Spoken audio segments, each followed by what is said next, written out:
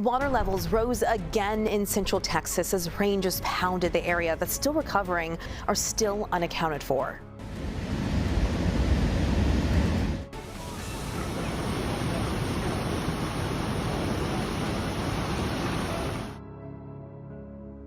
كاب حدا سمون أبزي بلت جزء أبز حلفة جولاي 4 أب تكساس هيل كاونت سافر زعنوان قصيلون نعميتن 37 هيوت تقنصله إلو دما كاميتن 7 نلعل زخونو حجونا بي كم زلو كفلت زي كاللو ني هندبت وحج حدقا دحر محلافو إذا مريت غانا حجونن كيحاويت إذا سماي تمليس تصللو خدينو وايو نايت ساعات قدامن سنبتن زنبر حدقا أب سنبتن كو حجون تمليسو حدش نيو حج حدقا حيزو بممتع نبوزحات كاو غزوم كوصو أقددو وميو وسنت زنبرو نحويت سرحتي تمليسو ما قاريصوم يوم أب كيمبنر كتما نايلان باسانس روبا بهاندبت ححصير غزوشتي كاب نيشتي براخه ناب 32.4 ጫማ زاكل بلوعل زخونه قلطافه اعلقليقيو ازناي ما يوسخ كاب تقندنيو حش تغانفو نيشتي انش طراي تريفو زنبره كخون انكلو غنا كاب تحدغا زي حاوي ز كتما بزبلصه كبسكير ويو نايلان باساسن ناي سازامبا روباتات اتكمبر خدريق زنبره مريت بماي بمشفان حدغኛ بزخونه مگدي اتناي ماي متن وسيخو ويو أب سامبا كاونتي أب آدم سيفيل نايلان باساس روبا أب تسنبت نغو خبابي أب كل 9 ساعات وشت تراي نوع 4 ጫማ برخ كبل غير ويو إذا هندبتاو ناي روبا وسخ كفتر زخاله بتلوع المتن ماي أبا جوغو كخون انكلو أب حدا كبابتات أب حدا ساعات وشتي كساب 3 إنش كبتصح كيلو بتغلالا إذناي ماي وسخ أب سامبا كاونتي كاب 9 إنش حليف ويو كولورادو بين ستيت بارك أب حدا ساعات ناي حقوس فلفل زنبرن أب زحجي بماي توحيطو التعاصون كاب 6 إنش نلعلي كمزقاب كيلو أب سمورا دما ناب 5.5 إنش كلكع كيلو كالوت محبرسبات كهينن براندين حويسو ناب 5 إنش زقع ماي كلكع مخالم تقليصو نتوم ني حدقا حويت وهابتي سراح الناس سنخله قاصيلون أب زخباب زركبو سفرات ناب توسخ حدقا ناقالعو يزركب بلوع المتن وسخ زلو ناي ماي متنن نت حدغኛ ኩነት መልስን መሃብ ኣብ ኮሎራዶ ቤን ስቴት ፓርክ ንደቂ ሰባት ድሕንነት ተዓጽዩ መላእ ናይ ሳሳምባ አካውንት መገዲ ተዓጽዮም እዙውን ብዙሓት ንእሽተይ መጠን ዘለዎም ናይ ማይ ቢንቶታትን ካልኦት ዓበይቲ ናይ አካውንት መገድታትን ዝሓወሰዩ ናብቲ ሓደጋ ተጋላጺ ኣብ ዝኾነ ቦታ ተቐመጡ ነበርቲ ብፍላይውን ካብ ሳሳምባ ብደቡብ ገጽ ዝርከቡ ነበርቲ ካብ ሃይዌይ ንምብራቕን ሃይዌይ 9 ዝርከቡ ነበርቲ ካብ ገዛ ውጹ ዝብል መጠንቀቕታ በጽሕዎም እዩ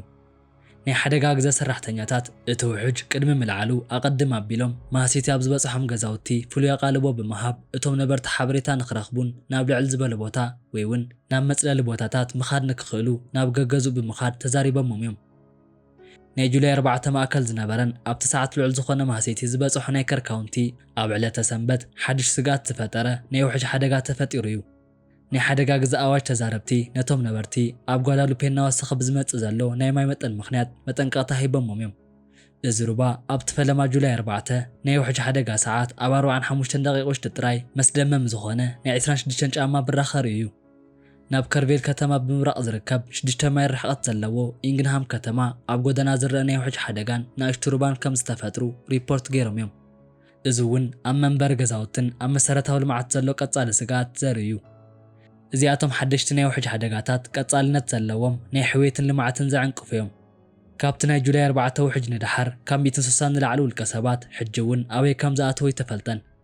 ካብዚ ንላዕሊ ተመሊሱ ክውስኽ ይተባህለ ናይ ማይ መጠን እቲ ዘስዕቦ ዘሎ ናይ ድሕንነት ስጋት ኣብቲ ሰንበት ንግሆ እቶም ናይ ኣለሻ ጉጅለ ንኹሎም ኣብ ጥቓ ጓዳሉፔ ሩባ ዝርከቡ ነበርቲ ካብቲ ቦታ ንኽወፁ ኣዋጅ ኣሕሊፎም እዮም ናይቲ ኸባቢ ሰበስልጣን እቲ ናይ ማይ መጠን ክሳብ ዝሃድእ ግዜ ዝነበሩ ስራሕቲ ጠጠው ኣቢሎም እዮም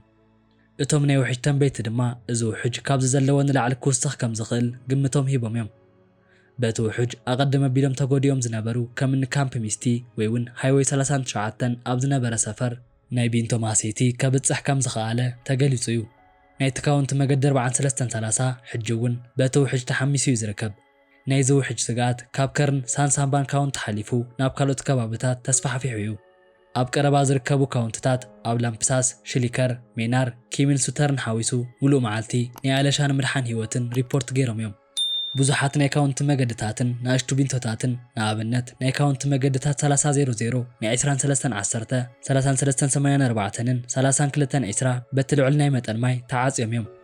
ኣብ ኬምፕነር ላፓሶስ ሩባ ቋሪጹ ዝኸይድ ሃይዌይ 190 ናብቲ ናይ ውሕጅ ሓደጋ ስለተሳጥሐ ብቐረባ ክትትልና ተገበረሉ ስለ ዝኾነ በዚ ምኽንያት ክበጽሖ ዝኽእል ወቕታዊ ጉድኣትን ኣብ ልዕሊ እቶም ሰብ ማኪናን ስጋት ኣሕዲሩ እዩ።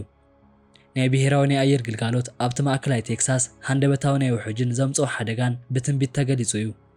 ኣብ 4 ናይ ውሕጅ ሓደጋ ስርዓት ውሽጢ ደረጃ 3 እቲ ዓቢ ዝኾነ ናይ ሓደጋ ብርሰት ከም ዘለዎ ዘርኢ እዩ። ናይ ሜትሮሎጂ ሰብ ሞያ እዚ ናይ ውሕጅ ሓደጋ ኣብ ክልተ ዓበይቲ ዞናት መንጎ ዝተቐመጠ ከም ዝኾነ ገሊጾም እዮም። እዚ እውን ሰንበት ምሉእ መዓልቲ ናብ ተደጋጋሚ ሓደጋ ዘቃልዕ ከም ዝኾነ ተገሊጹ እዩ።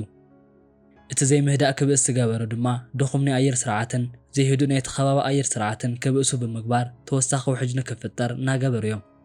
በቲ ናይ ጁላይ ፎርዝ ማዕበል ምኽንያት ኣብ ማእከላይ ቴክሳስ ዘሎ ናይ ሓመድ ረሓሲ መጠን ኣብ መተሓሳሰቢ ደረጃ እዩ ዝርከብ።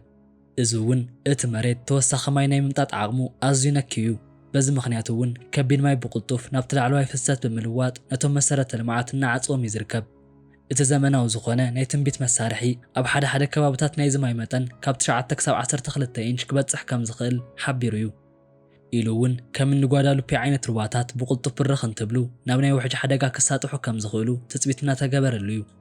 ተመሊሶም እናተሃስዩ ዝርከቡ ናይ ካውንቲ ቦታታት እቶም ናይ ሓደጋ መልሲ ወሃብቲ ሰራሕተኛታት ነቲ ሓደጋ ንምንካይን ነቶም ነበርቲ ንምሕላውን ወሰንቲ ስጉምትታት ወሲዶም እዮም። ናይ ኬምፕነር ናጻ ኣገልግሎት ወሃብቲ ናይ ባርዕ ሓደጋ መከላኸሊ ክፍሊ ንኽልተ ናይ ኣርቢ ፓርክታት ኣሕውዮም እዮም። ኢሉ እውን ተቓላዕቲ ናይ ዝኾኑ ካውንትታት ኣረግቶት ሰባት ናብ ድሕንነት ዘለዎ ቦታ ተወሲዶም እዮም። ናይ ሕጊ መኽበርቲ ኤጀንሲ ብውሕጅ ዘዕለቕለቐ ቢንቶ ንምስጋር ዘለዎ ሓደጋ ብግልፂ ተዛሪቦም እዮም። እዚ እውን ናይ ቦሲ ካውንቲ ነበርቲ ናይ ውሕጅ ተጋለፅቲ ከባቢታት ምእላይ ወሰንቲ ምዃኖም ገሊጹ እዩ። እቶም ናይ ፈለማ መልሲ ወሃብቲ ኣብ ማይ ውሽጢ ካብ ዝጠለቐ ቢንቶ ጠሊቑን ዝነበረ ሓደ ሰብ ኣድሒኖም እዮም።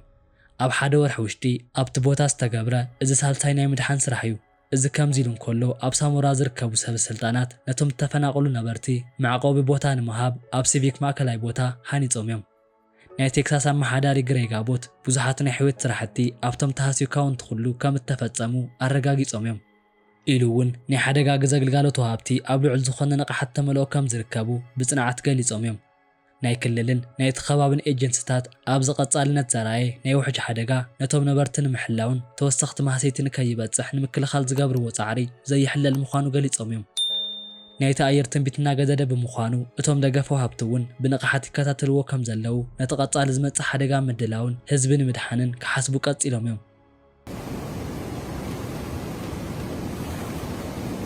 እዚ ናይ ኣለሻን ሕወት ስራሕትን ጉጅለ እቲ ናይ ሩባ መጠን ከም ዝነከየን ኣብ ዝቕጽልከ እንታይ ኮን ይፍጠር ዝብልን ቴክሳስከ እንታይ ክውሕጣ ዝብል ስጋት ፈጢሩሎም እዩ።